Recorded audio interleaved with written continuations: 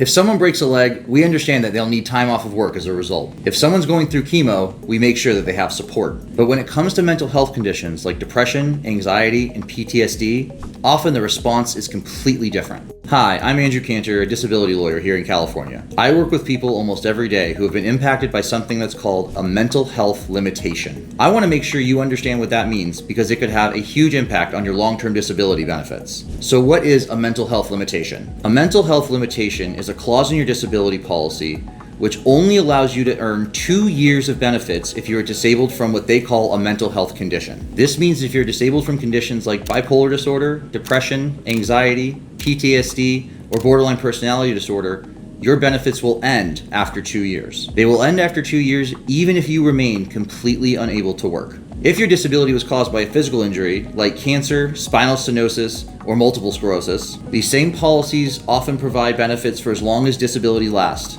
often until retirement age. This limitation does not just appear out of nowhere. It is written into the fine print of the policy, and unless you know it's there before you file your claim, so you might not realize the clock's ticking from day one. Why does this matter? Because mental health conditions can be just as disabling, just as destructive, and just as long-lasting. Many people require ongoing therapy, psychiatric treatment, and psychiatric medication for years, and losing financial support can make recovery even harder. Insurers will often try to apply the mental health limitation to mixed conditions. These are conditions where you have both physical limitations and mental health limitations. If the insurance company can prove that you are primarily disabled from mental health related limitations, they will limit your benefits to 2 years. I'm sure it won't surprise you to hear that they will try to limit your benefit even if you are primarily disabled from physical conditions. This is why it's so important to have strong medical documentation and the right legal guidance. A mental health limitation in your disability policy can cut your benefits short, no matter how real or serious your condition is. If you're concerned about how a mental health limitation applies to your disability claim,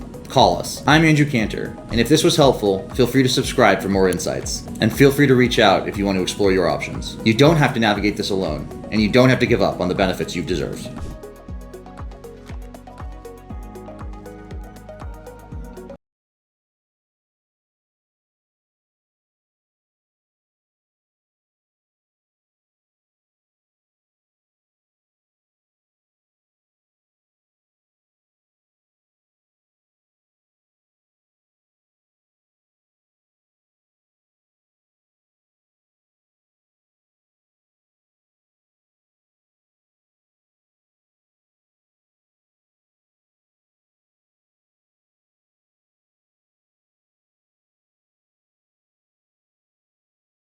If someone breaks a leg, we understand that they'll need time off of work as a result. If someone's going through chemo, we make sure that they have support. But when it comes to mental health conditions like depression, anxiety, and PTSD, often the response is completely different.